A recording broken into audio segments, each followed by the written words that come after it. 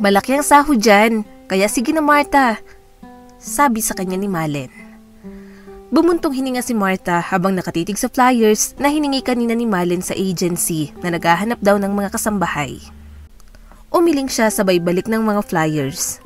Papasukin niyang lahat ng klase ng trabaho, huwag lang ang pagiging katulong. Ewan ba ni Martha pero para sa kanya mukhang mas nakakapagod iyong ganoon.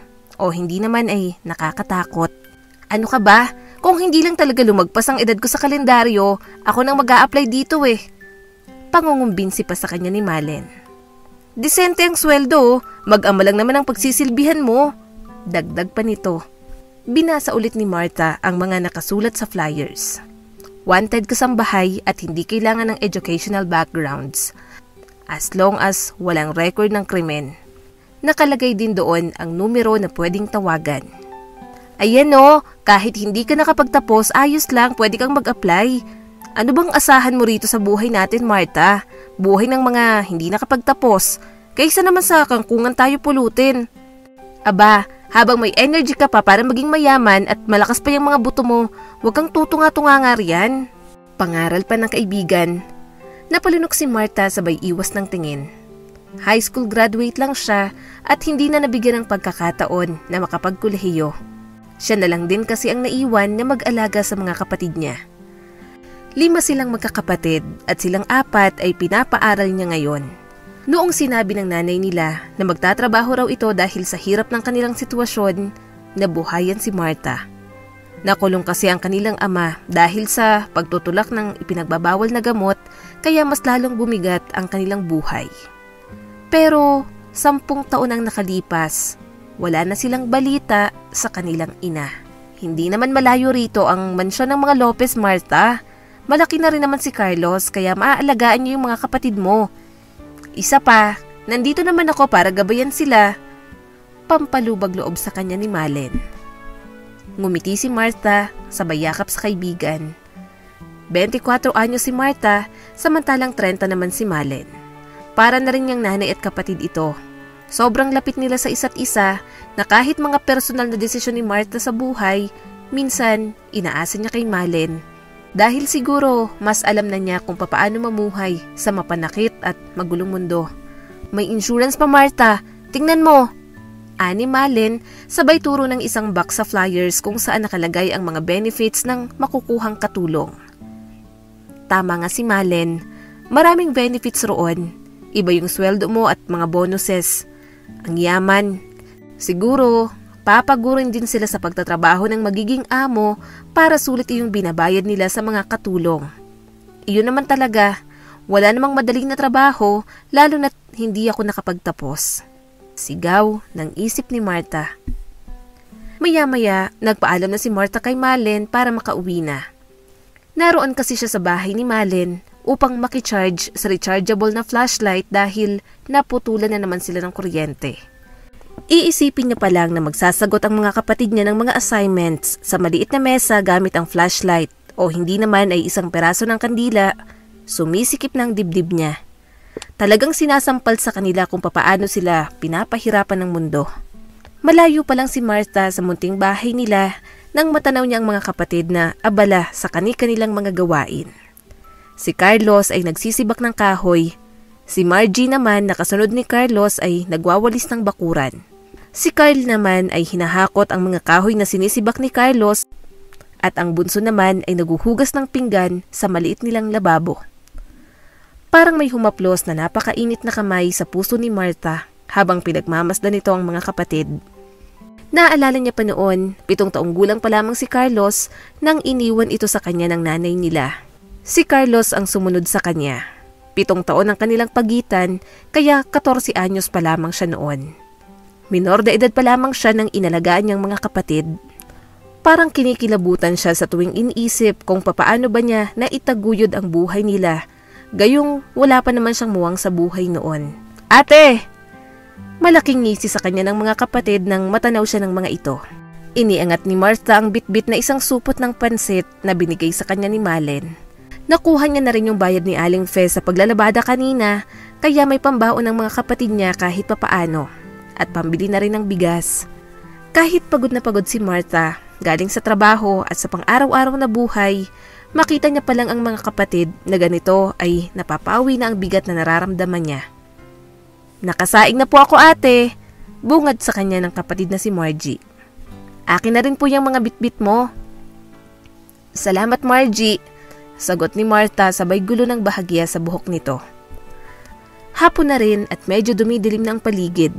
Pinailaw ni Martha ang flashlight at sinabit sa gitna sa itaas para makapaghapunan na sila. Inayos niya ang mga plato at kutsara habang si Margie naman ay nagsasandok na ng kanin. "Ate!" tawag sa kanya ni Carlos. Nilingon niyang kapatid. May dala itong papel at ibinigay sa kanya.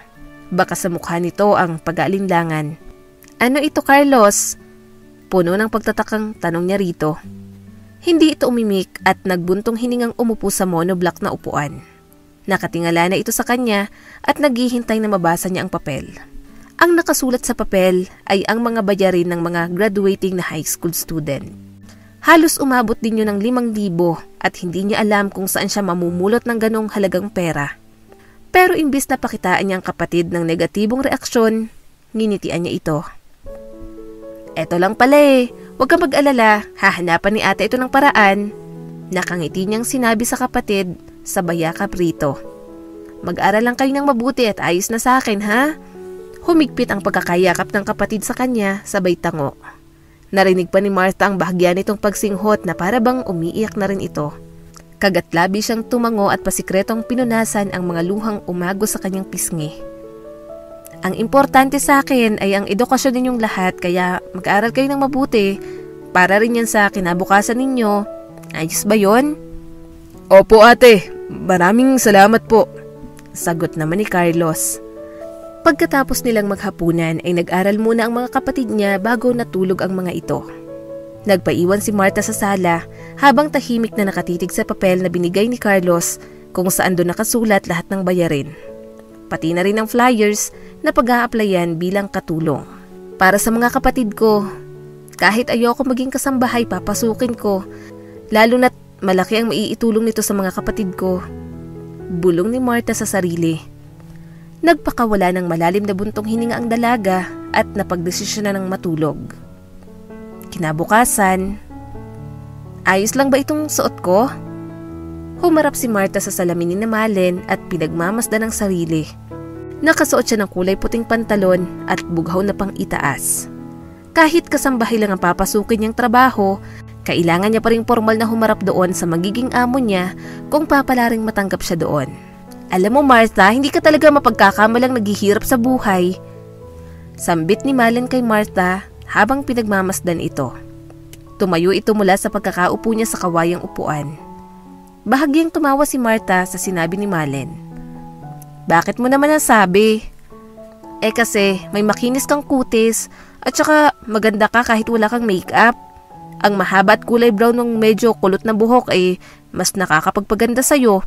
Ang puti mo pa at saka namumulang labi kahit walang lipstick." Ngumuso si Martha sabay pitik sa noo ng kaibigan. "Hindi kaya namamalikmata ka lang?" Halakhak niya rito. Umiling naman si Malen. "Ewan ko sa'yo, hindi pa ba senyales yung mga minsanang lapitan ka ng mga modeling agency? Yang height mo pa pang beauty queen?" Dagdag ni Malen at pumustura pa ito sa harapan ni Martha na parang beauty queen. Inilingan na lang ni Martha ang kaibigan sabay tawa rito. Totoo yung sinabi nito, magandang opportunity sana iyon. Kaso, iisipin niya palang nahaharap siya sa kamera at magbibikini ay parang mahihimatay na siya. Hindi siya magtatagal sa ganoong trabaho at papalpak lang siya. Para kay Martha, sa paglalabada at pagbebenta ng gulay kasama si Malen sa palengke, doon lang siya nababagay. "O siya, beauty queen, aalis na ako." Paalam ni Martha sabay dampot ng mumurahin niyang keypad na cellphone at brown na envelope kung saan nakalagay ang mga requirements na kakailanganin niya. "Mag-ingat ka, pupuntahan ko mamaya yung mga bata." Kaway naman ni Malen. Pumara na si Martha ng tricycle para magpahatid sa sakayan ng bus. Noong tumawag siya kanina sa agency, akala niya doon siya mag-a-apply. Kinabahan si Martha nang sinabi nitong sa mansyon ng mga Lopez Dumiretso. Pinasa lang ng mga taga-agency ang information niya sa sekretarya ni Mr. Lopez para kapag tinanong siya mamaya ng gwardya kung kasali ba siya sa i-interviewin ay makakatuloy siya sa loob. Pinipisil-pisil ni Martha ang daliri habang nakatitig sa napakataas at napakalaking gate. May nakalagay pang Casa de Lopez ang gate kaya sigurado si Martha na ito yon. Huminga siya ng malalim at inayos ang sarili. Pinusod niya ang mahabang buhok at pagkatapos pinagpag ang mga dumi sa puting sapatos niyang suot. Nang makontento na siya sa itsura ay kabado niyang pinindot ang doorbell. Isang pindot lang ang ginawa ni Martha roon at kaagad namang bumukas. Isang guard ang nagbukas ng napakalaking gate. "Magandang tanghali po, isa po ako sa mag-a-apply ng kasambahay." Diretsong sabi ni Martha sa gwardya. Pinasadahan siya nito ng tingin mula ulo hanggang paa. Kunot na kunot ang noon nitong sinusuri si Martha. Tumikhim siya sabay tayo ng mabuti. Baka maling mansyon ang napuntahan niya. "Sigurado po ba kayo, ma'am?" Pag-aalin lang ang tanong pa nito. Hilaw siyang umiti sa gwardya. "Opo, nasa tamang mansyon po ba ako?" "Opo, pero mag-a-apply ka ba bilang kasambahay? Baka naman ini-etchos mo lang ako, ma'am. Girlfriend ka ba ni sir?" Namilog ang mga mata ni Martha, sabay iling ng paulit-ulit. Bahagya na rin siyang natawa sa sinabi ni Manong. Mag-a-apply lang siya bilang kasambahay na pagbintangan pa siyang girlfriend ng magiging amo niya. "Hindi po talaga, nandito lang po ako para mag-apply bilang kasambahay," mahinahong sinabi ni Martha kay Manong guard. Nang makita ng gwardya na seryoso si Martha na isa siya sa mga aplikante, pinapasok siya nito sa loob kahit halata sa mga mata nito ang pag-aalinlangan. "Dito po kayo, miss," sabi ni Manong guard sabay turo sa kanya ang daan kung saan nandoon ang mga ilang aplikante. Merong mga may edad na at may mga mas bata pa sa kanya. Iilan lang ang nakikita ni Martha na kasing edad niya. "Pangalan?" Sabi ng sa tingin ni Martha ay isang mayordoma. "Martha Faith Sanchez po," sagot niya naman rito. Saglit pa siya nitong sinuyod ng tingin bago nito hinanap ang pangalan niya sa bitbit nitong parang logbook. Tumikim si Martha at pasimpleng nilibot ang mga mata sa paligid. Hindi po niya nakikita ang kabuuan ng mansyon dahil itong front yard ay parang patikim pa lang sa kabuuan. Mula sa kinatatayuan ni Martha ay halos hindi niya pa matanaw ng buo ang mansyon dahil malayo ito kung nasaan sila ngayon.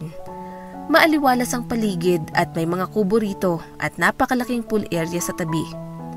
"Paalala lang, miss, byudo ang senyorito pero wala itong interes sa mga babae." Istriktang sambit ng mayordoma. Napaigtad pa si Martha dahil sa tono ng pananalita nito. Tumango siya rito. "Bakla po ba siya?" Inosenteng tanong pa niya. Bahagyang nanlaki ang mga mata ng mayordoma. "Shh! Hindi yan ang ibig kong sabihin." Bulong ng mayordoma pero may diin bawat salitang binibigkas nito. "Ang sabi po kasi ninyo ay wala siyang interes sa mga babae." Balik bulong at tanong ni Martha sa matanda. "Oo, pero hindi yan ang ibig kong sabihin. Maganda ka na babae at baka may pinaplano ka. Hindi siya madadala sa mga ganyang patibong," sabi pa ng mayordoma. Nang makuha ni Martha ang ibig sabihin ng matanda ay kaagad siyang nagpakawala ng mahinang tawa sabay wagayway ng dalawa niyang mga kamay. "Nako po, wala po akong balak sa senyorito.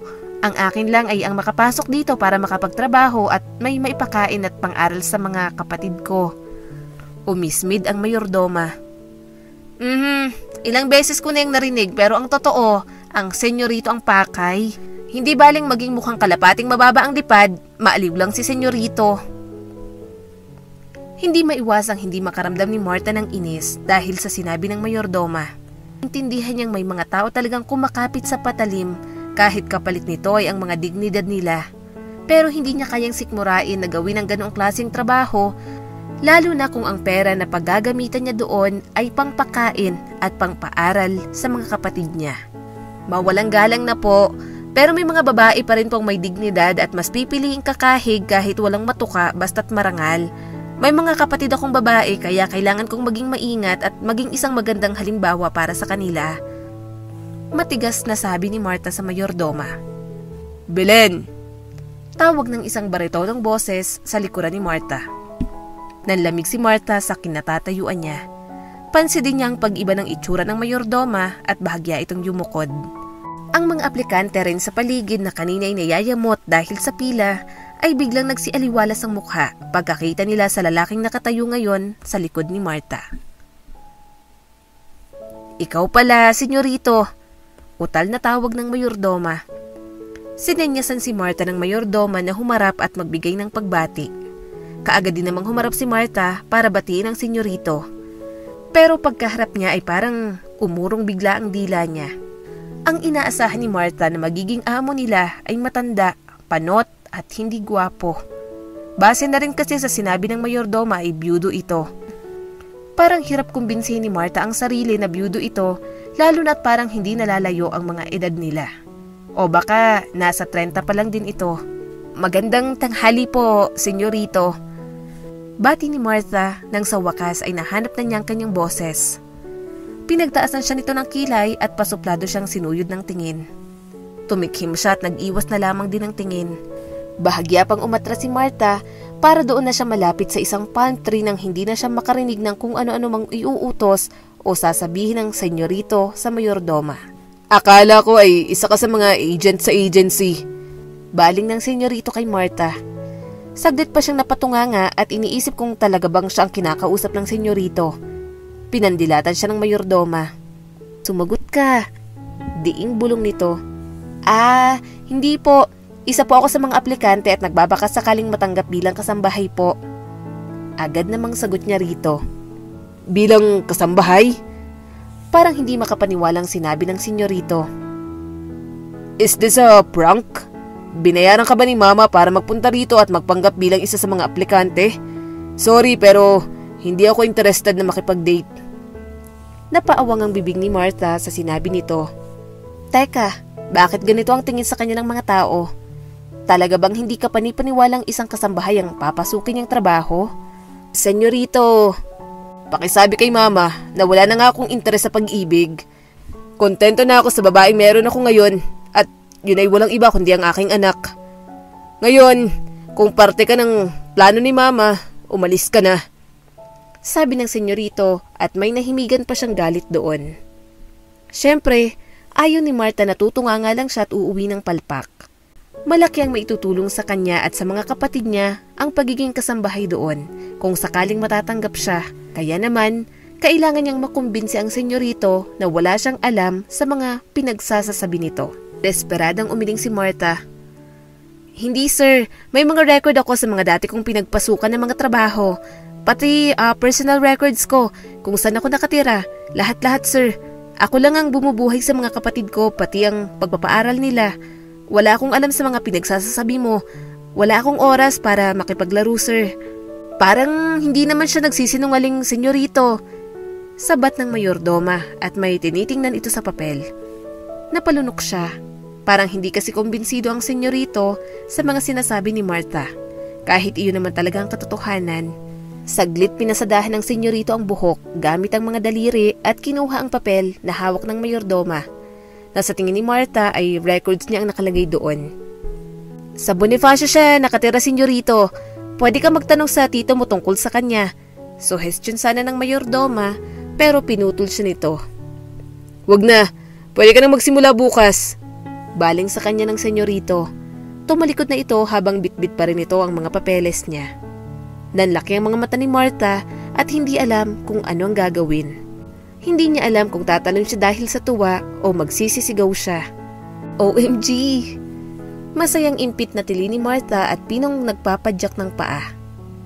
"Huwag kang masyadong magpapadyak dyan at parang hihiwalay ng talampakan ng sapatos mo."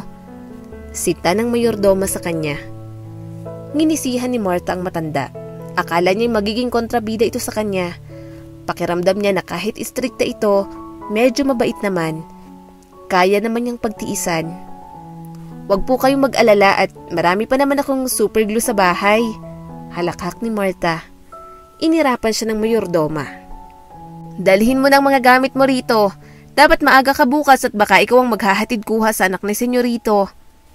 "Wala pong problema." Masayang sagot ni Martha. Pagka-uwi ng bahay, agad niyang ibinalita ito sa mga kapatid. "Talaga ate? Natanggap ka?" Masayang tanong ng kapatid ni Martha. Napangiti rin si Malen nang marinig ang magandang balita. Oo, bukas na ako magsisimula. Pwede akong makapag-cash advance para may maiwan ako rito para sa inyo. Basta, yung mga bilin ko ha, pakabait kayo kay Ate Malen ninyo. Bili ni Martha sa mga kapatid niya. Tinulungan siya ng mga ito na mag-impake. Pansin ni Martha na tahimik lang si Carlos at pinagmamasdan siya, pati na rin ang ibang kapatid. Bumuntong hininga siya tumayo para malapitan ito. Oh, anong problema? Tanong ni Martha. Sorry ate, panimula ni Carlos. Dahil lumalaki ng gastusin namin, kailangan mo pang gawin ito. Ano ka ba Carlos? Responsibilidad ko kayo. Hindi ka namin magulang ate, para maging responsibilidad mo kami. Kaya pasensya na po talaga. Naiiyak na sambit ni Carlos. Kaagad nanubig ang mga mata ni Martha dahil sa sinabi nito. Parang may bumara rin sa lalamunan niya, kaya hindi siya kaagad nakapagsalita. Hindi sa ganun yun Carlos. Mahal ko kayo kaya ginagawa to ni ate. Hindi lang responsibilidad ang tingin ko sa inyo, kundi mga kapatid na kailangan kong iahon sa hirap. Kaya nga gusto kong makapagtapos kayo, hindi ba? Malumanay na sabi ni Martha. Nang maramdaman ni Carlos ang labis na pagmamahal at seguridad na binibigay ng ate niyang si Martha, kaagad itong tumango habang may luha pa rin sa mga mata. Hay, sino bang hindi mapapaluha kung may kapatid na katulad ni Martha? Magandang araw po! Bungad ni Martha kay Manong Guard. 4:00 pa lang ng madaling araw nang makarating siya sa mansyon ng mga Lopez. Wala naman kasing sinabing oras kung kailan ang dapat na dating niya pero sa isip ni Martha, mas mabuting mas maaga siya. Wala pang araw ne! Humihikab na sinabi ni Manong habang pinagbubuksan si Martha ng napakalaking gate. Marahang napatawa si Martha dahil sa sinabi nito. Pasensya na po, wala po kasing eksaktong oras ang binigay sa akin kaya mas inugahan ko po. Akay ni Martha ang isang maliit na maleta niya at isang backpack pagkapasok niya sa loob. Napakalamig pa ng simoy ng hangin kaya hinimas niyang magkabilan niyang braso. Sinamahan siya ng gwardiya sa mansyon dahil sabi pa nito, maaga lahat nagigising ang mga kasambahay kasama ang mayordoma ng mga Lopez. Sa front yard pa lang ay may nakita na si Martha na nagdidilig ng mga halaman. Malawak ang taniman ng mga bulaklak dito kaya siguro maaga nagdidilig ang isang kasambahay. Piyang, samahan mo itong si... Tawag ni Manong doon sa nagdidilig na babae. Martha po, sabi ni Martha sa gwardiya dahil naghihintay ito sa pangalan niya. Si Martha, samahan mo ito sa loob at ang mayordoma nang bahala sa kanya. Dagdag pa ni Manong Guard.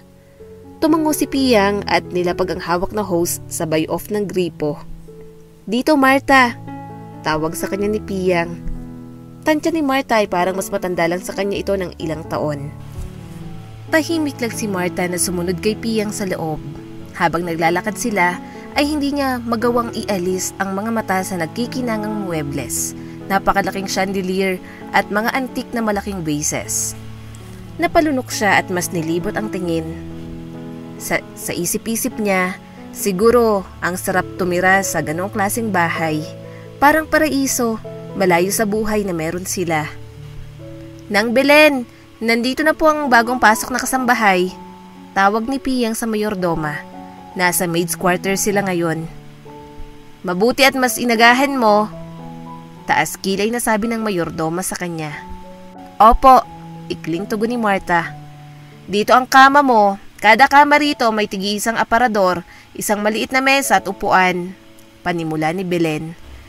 Kaagad namang lumapit si Martha sa mayordoma at inilapag ang mga gamit niya doon. Sa tabi lang din ng kama niya ay ang aparador na sinasabi nito. Sakto lang para sa mga gamit niya. Marahang tumango si Martha at inilagay na niya ang mga gamit sa aparador. Di naman marami ang mga dala niyang gamit kaya madali lang siyang natapos sa paglilipat noon. Lumabas ang mayordoma sa maid's quarter kasama si Martha para magbigay ng mga bilin. Ingat na ingat si Martha sa mga bilin nito at nakikinig talaga siya ng maayos. Ayaw niyang pumalpak dahil nakasalalay sa trabaho niya ang kinabukasan ng kanyang mga kapatid. Mabait ang mga Lopez kaya bawal ang mga abusado rito sa mansyon.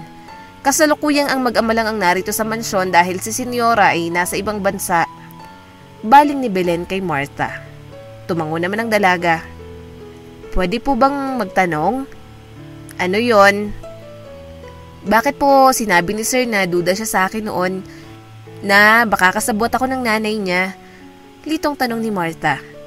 Akala pa niya ay hindi siya sasagutin ng mayordoma, pero napabuntong hininga na lamang ito. Simula kasi nung mabiyudo si Senyorito, gusto ni Senyora na bigyan ulit siya ng pagkakataon na umibig muli. Pero ayaw na talaga ni Senyorito, pero itong si Senyora makulit, kaya minsan binablind date siya. Kaya minsan binablind date niya si Senyorito sa mga natitipuhan niyang mga babae, mga magagandang babae. Sabi pa ni Belen, sabay titig nito kay Martha. Pero hindi naman po ako maganda. Hindi ba may hiwagaan si Sir na ganito ang pananambit ko tapos kilala ko ng nanay niya? Ang imposible naman po. Natatawang sabi ni Martha. Dapat na pagdudahan ni Sir na mga babae na posibleng kasabot ng nanay niya ay yung mga katulad niya rin ng buhay. Dagdag pa ni Martha. Umiling naman ang mayordoma na ikinakunot ng noo ng dalaga. Mabait si Senyora, hindi yun nagbabase sa estado sa buhay. Basta nagagandahan lang siya sa babae at ayos sa kanya, irereto niya talaga dun kay Senyorito. Pero, yun nga po, hindi naman po ako maganda. Giit pa ni Martha. Wala ka bang salamin sa inyo? Pagmamaldita ni Belen. Ngumuso siya at bahagyang nag-isip.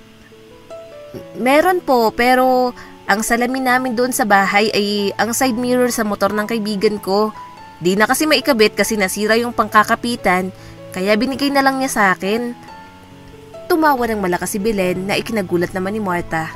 Akala niya kasi ay hindi ito marunong tumawa dahil palagi itong nakabusangot at pagmamaldita lang din naman ang alam. Seryoso ka ba?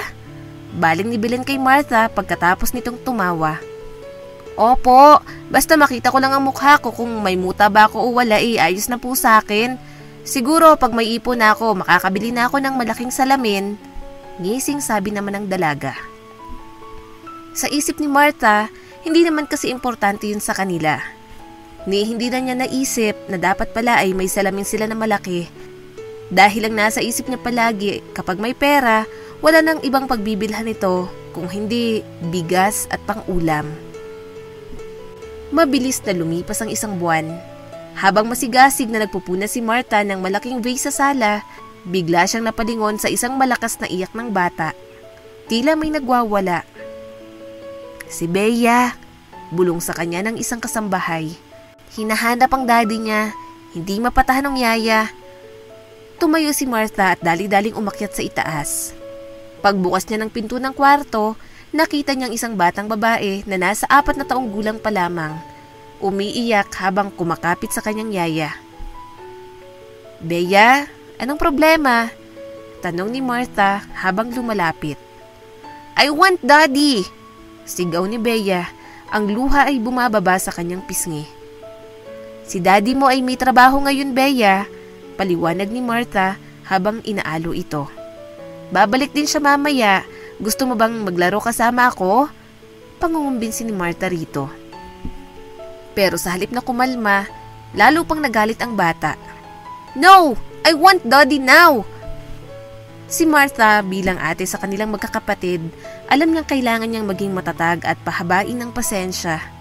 Hinawakan niyang kamay ni Bea at sinabing, Alam ko Bea, miss na miss mo ng daddy pero kailangan nating intindihin na may trabaho pa siya. Babalik siya mamaya, promise. Nakangiti at puno ng kumpiyansang sabi niya rito. Sa wakas, natuto ang batang babae na tanggapin ang katotohanan at nagpatuloy na lamang sa paglalaro. Sa sandaling iyon, napatunayan ni Martha ang kanyang kakayahan bilang panganay, hindi lamang sa kanyang mga kapatid, kundi pati na rin sa batang anak ng senyorito. Akala ni Martha, mahirap maging kasambahay, pero natuklasan niya na depende rin pala ito sa amo. Isang araw, habang nagdidilig siya ng mga halaman, tinawag siya ng kanilang mayordoma. Martha! Sabi nito. Pinapatawag ka ni senyorito sa kanyang study. Kinabahan si Martha. Habang umaakyat siya sa mamahaling hagdan ng mansyon, Naramdaman niya ang kaba na unti-unting kumakalat sa kanyang katawan. Kakatok na sana siya nang marinig niya ang mga boses mula sa loob ng study. Nag-uusap si Senyorito at ang anak nitong si Bea. "Daddy, pwede ba si Ate Marta na lang ang maging personal yaya ko?" Tanong ni Bea.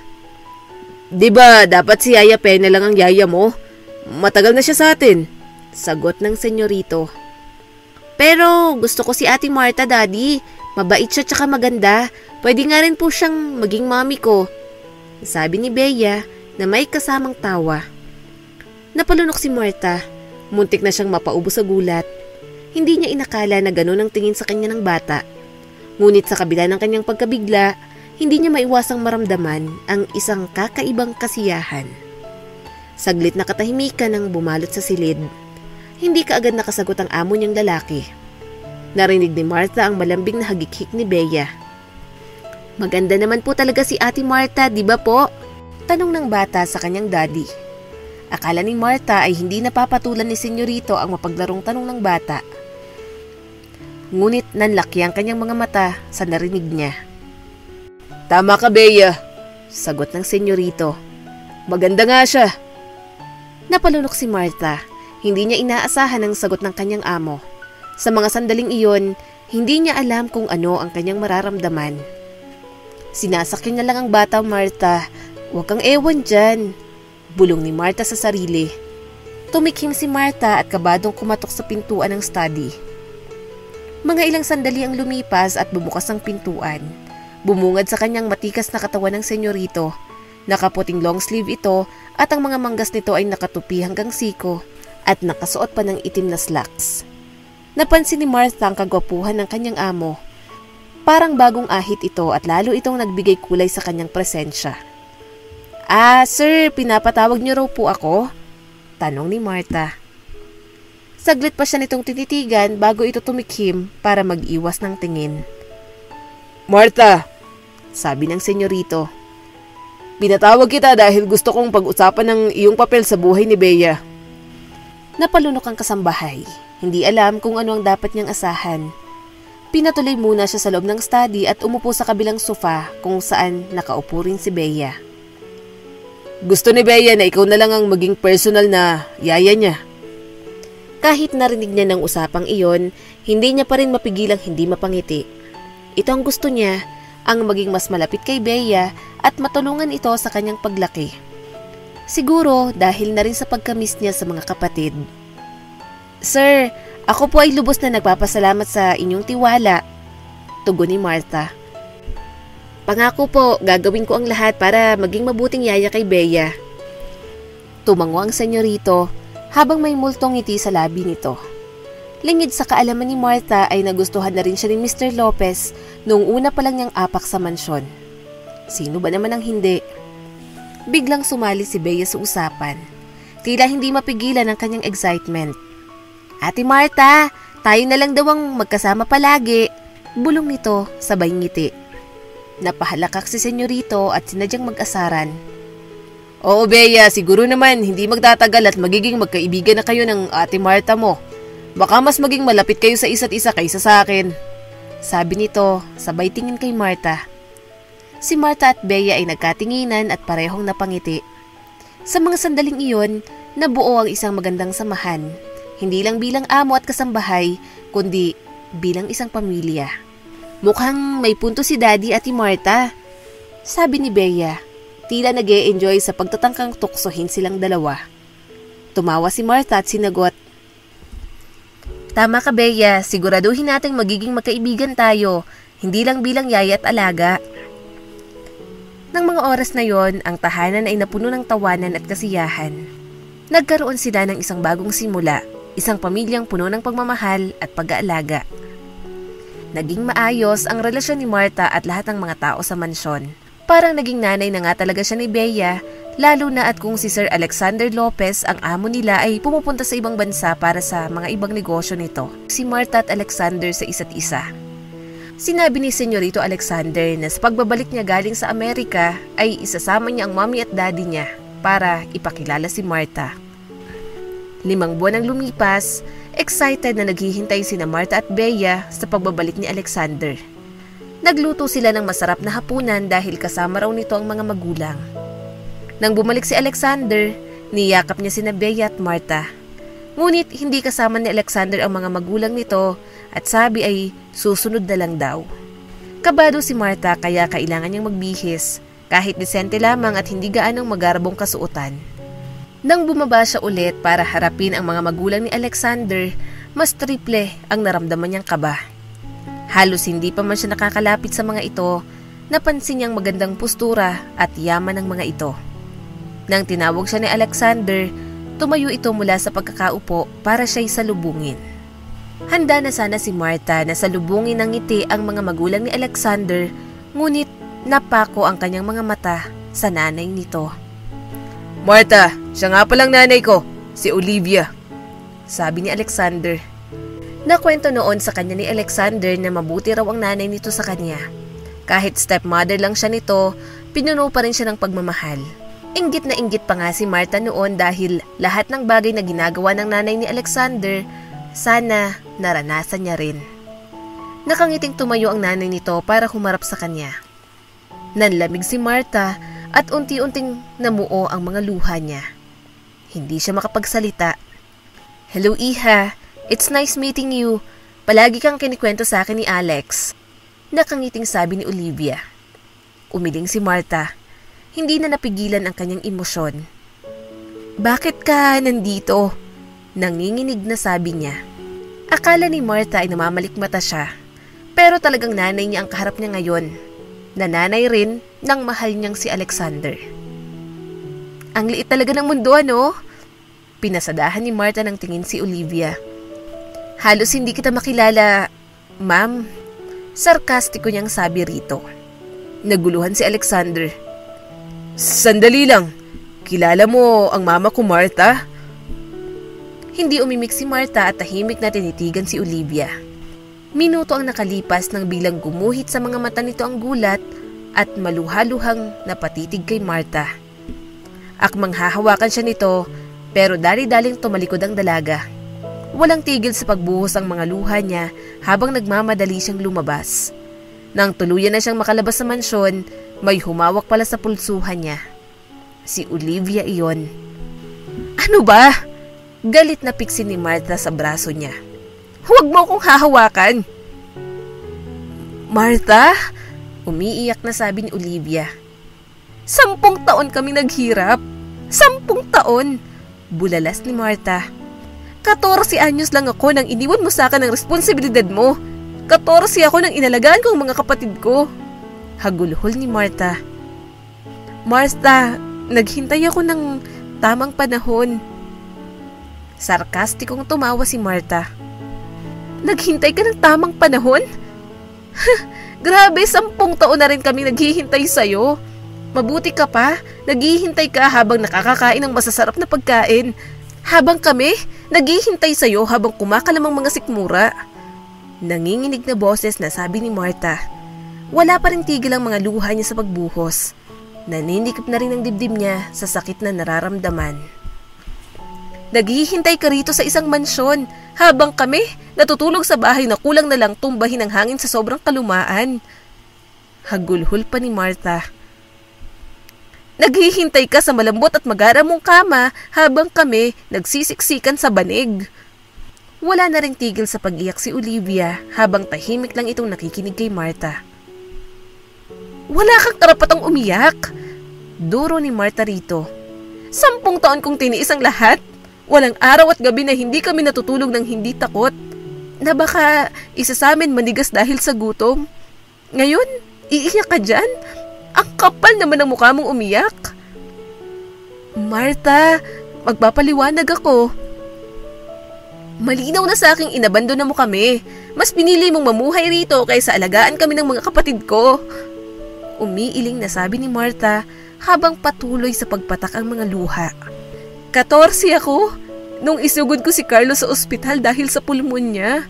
Pagkasabi ni Martha noon ay panibagong luha ang nagsidaluyan sa pisngi niya. Isipin mo yon?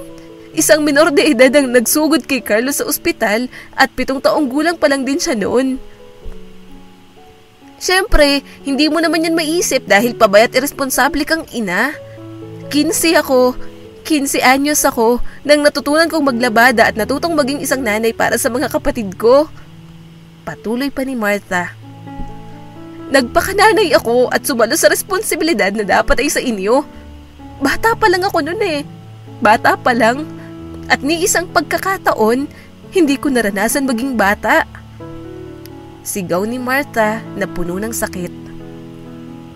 Please, makinig ka muna sa akin, Martha. Nanay mo pa rin ako. Nagmamakaawang sabi ni Olivia. Putya naman ay! Sigaw ni Martha. Napapikit na lamang si Olivia dahil sa pagbulyaw nito sa kanya. Hindi mo ko maiintindihan dahil hindi naman ikaw ang naiwan at naghirap habang ikaw rito nagpapakasasa sa yaman ng ibang tao.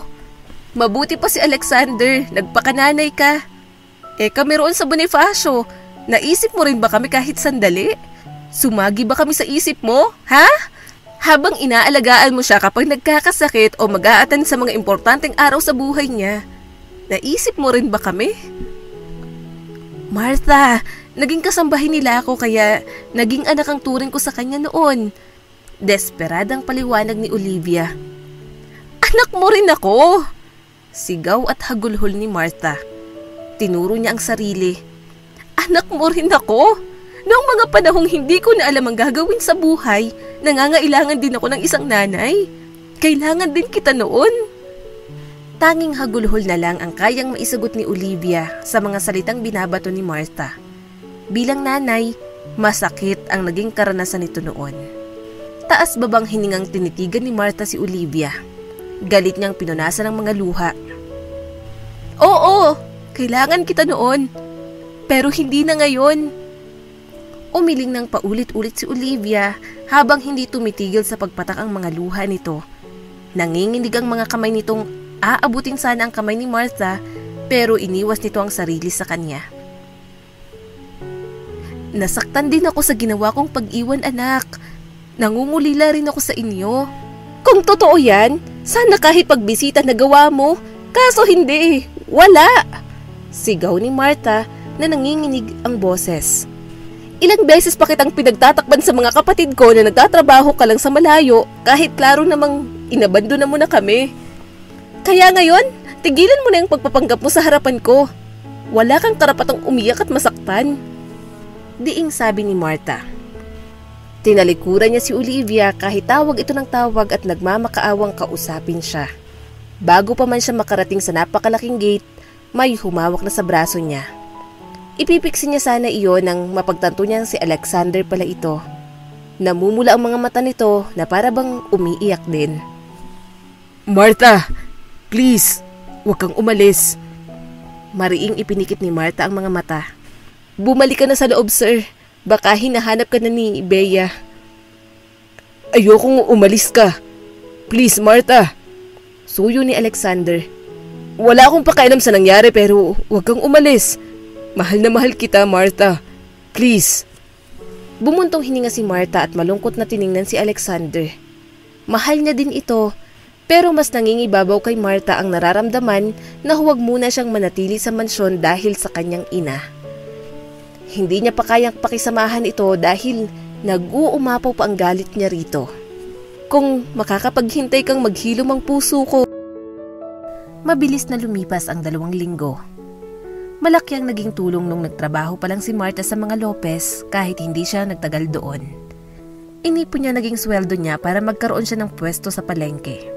Nagtitinda siya ngayon ng isda at karne doon.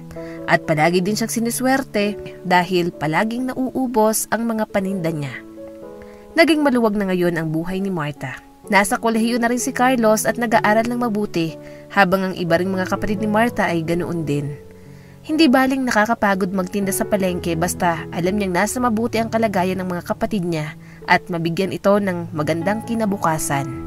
Isang hapon, sinundo ni Carlos ang kanyang ate Martha sa palengke. Nasa bahay na rin daw ang iba pa nilang kapatid at nakahanda ng hapunan. Pagdating nila sa bahay, nagulat si Martha nang makitang mamahaling sasakyan na nakaparada sa labas ng kanilang tahanan. Bigla siyang kinabahan. Sino ang nasa bahay, Carlos? Kunot na unglingon ni Martha sa kapatid. Hindi ko alam, ate. Wala naman yan kanina nung umalis ako para sunduin ka. Nakakunot ang noon ni Martha habang pumapasok sa bahay. Nais niyang malaman kung sino ang nasa loob. Ngunit nagulat siya nang salubungin siya ng umiiyak na si Bea at niyakap siya nito. "Bea?" Gulat na sabi niya sa bata. Na-miss niya rin ito. Nang mapalingon siya sa kawayang upuan, tumayo roon si Alexander. Nang umiti ito kay Martha, halatang pangungulila sa mga mata nito. "Anong ginagawa niyo rito?" "Na-miss po kita, Ate Martha. Sorry po kung pinuntahan ka namin dito ni Daddy. Pinilit ko lang po talaga siya." Naiiyak na tingala sa kanya ng bata. Unti-unting naglakad papalapit sa kanya si Alexander. "Nandito kami dahil na-miss ka namin," bulong nito. Nanubig ang mga mata ni Martha habang nakatitig kay Alexander. Walang bahid na disgusto o anumang negatibo sa mga mata nito pagkatapos nitong masaksihan kung anong klaseng buhay ang meron siya. Puno ang mga mata nito ng pagmamahal at pangungulila. "Na-miss ko rin kayo pero hindi na ako babalik." Puno ng sinseridad na sabi naman ni Martha. Tumango si Alexander sabay hawak sa kanyang mga kamay. "Paano kung sabihin kong gusto kitang makasama sa habang buhay? Mamumuhay tayo kahit ganito. Sasama ka ba sa akin, Martha?" Banayad na sabi ni Alexander. Nang marinig ni Martha ang sinabi ng lalaking minamahal niya, hindi niya napigilan ang mga luha. Isa-isa na itong pumatak habang nakatitig siya kay Alexander. Mahal na mahal niya ang lalaki pero hindi niya maiwaksi na naging nanay nito ang kanyang ina. Hindi niya pa rin matanggap dahil hindi pa naghihilom ang kanyang mga sugat. "Hindi ko pa alam, Alex," bulong ni Martha. Bahagya siyang yumuko at tiningnan ang mga kamay nilang magkahawak. "Mahal na mahal kita pero parang hindi ko pa kayang magpatawad. Wala kang alam at kasalanan pero sa tuwing malapit ka sa akin, naaalala ko si nanay sa'yo." "Kung ganun, maghihintay ako, Martha. Maghihintay ako kung kailan maghilom ang puso mo." Pinunasan ni Martha ang luha niya, sabay tango at ngiti kay Alexander. Hindi rin makatiis si Martha kaya kinabig niya ito at niyakap. Tahimik siyang umiyak at nanalangin sa Diyos na sana tulungan siyang magpahilom sa nagwawala at nawasak niyang puso dahil sa kanyang ina. "Pangakong uuwi ako sa iyo kapag ayos na ako.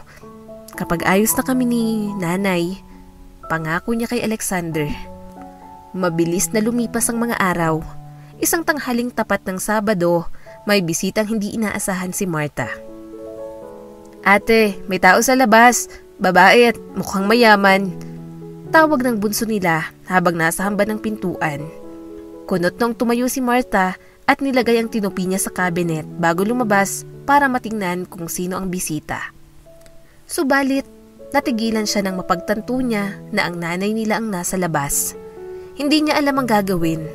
Napalunok siya at isa-isang tiningnan ng mga kapatid. Sumakit ang puso niya nang napagtanto niya na wala itong mga ideya kung sino ang babae na nasa labas ng bahay nila ngayon. "Magandang tanghali po. Sino po sila?" Salubong ni Carlos sa nanay nila.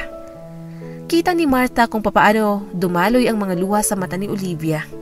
Kahit napakasimpleng Sunday dress ang suot nito, hindi maitatanging mayaman ito. "Carlos, ikaw na ba yan?" Nginig na tanong ni Olivia. Gulo namang nilingon ni Carlos ang ate niyang si Martha.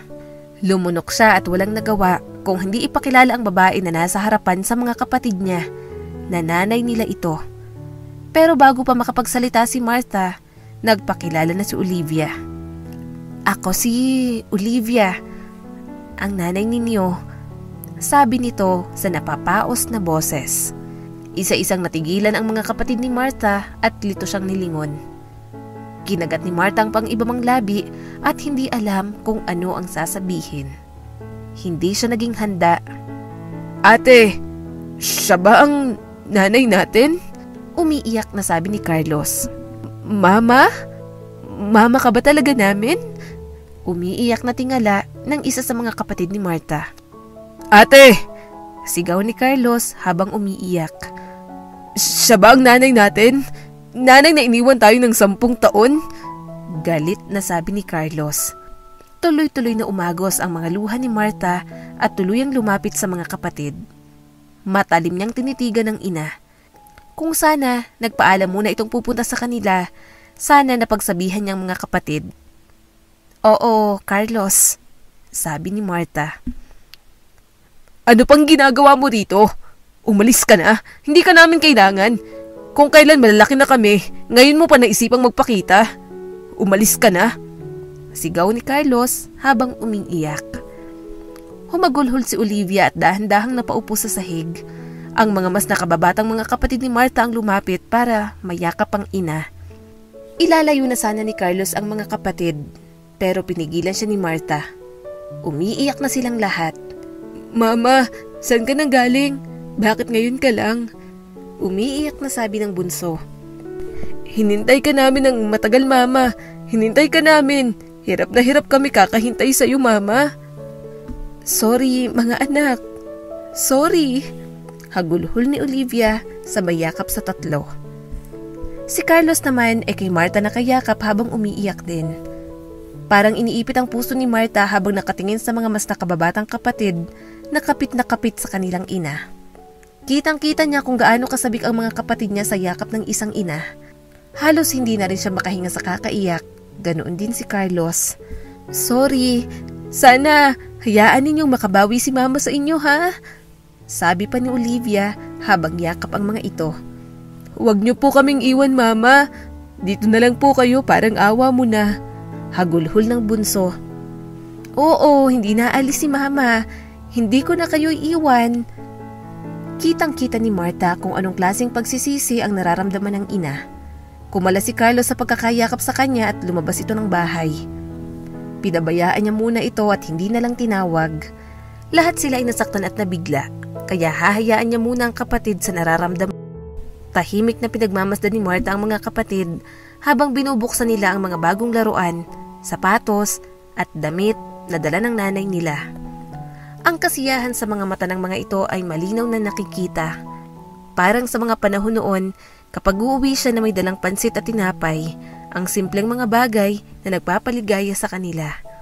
Martha, pwede ba kitang makausap? Mahinahong tanong ng nanay niya. Kaagad siyang tumango at naunang lumabas ng bahay. Papalubog na rin ang araw nang lumabas sila. Napabuntong hininga si Martha at ipinako ang mga mata sa kakahuyan. Gusto ko lang sabihin na nagpapasalamat ako sa Diyos na hindi niya kayo pinabayaan. Alam kong hindi mo ako mapapatawad at naiintindihan ko yon. Pero sana, pabayaan mo akong bumawi. Kahit huwag mo na akong patawarin, anak. Basta, pabayaan mo lang akong bumawi sa inyo. Sa'yo, gumagaralgal na sabi ni Olivia. Naiintindihan ko ang galit mo at sakit na nararamdaman mo. Marami kang isinakripisyo kaya tama ka nga. Wala akong karapatang umiyak at madismaya dahil desisyon kong mamuhay doon at iwan kayo rito. Pero, Martha, nabasag ang boses nito kasabay ang panibagong mga luhang dumaloy sa pisngi. Nagsisisi ako at kinakahiya ko ang sarili ko bilang nanay ninyo.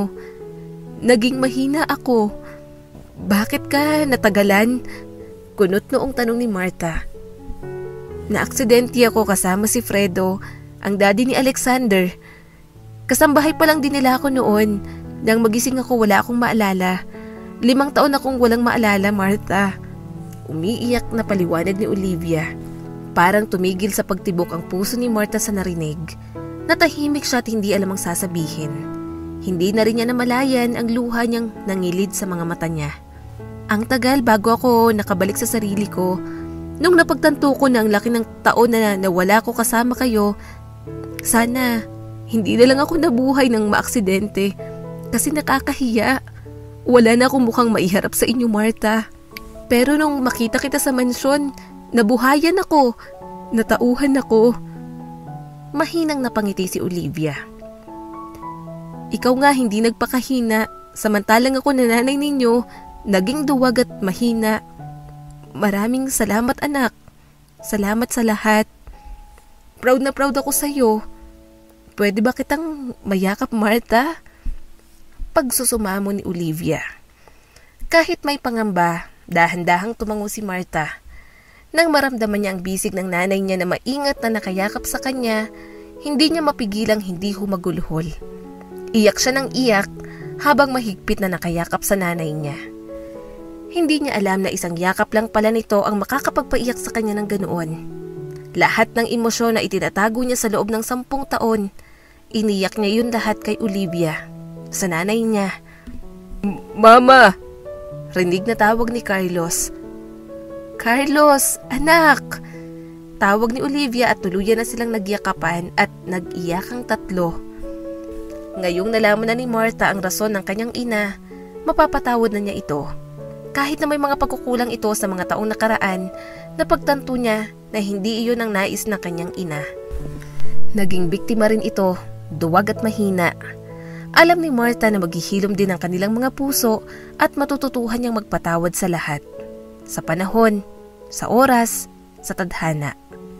At kapag tuluyan na siyang naghilom, pwede niya nang pakasalan si Alexander.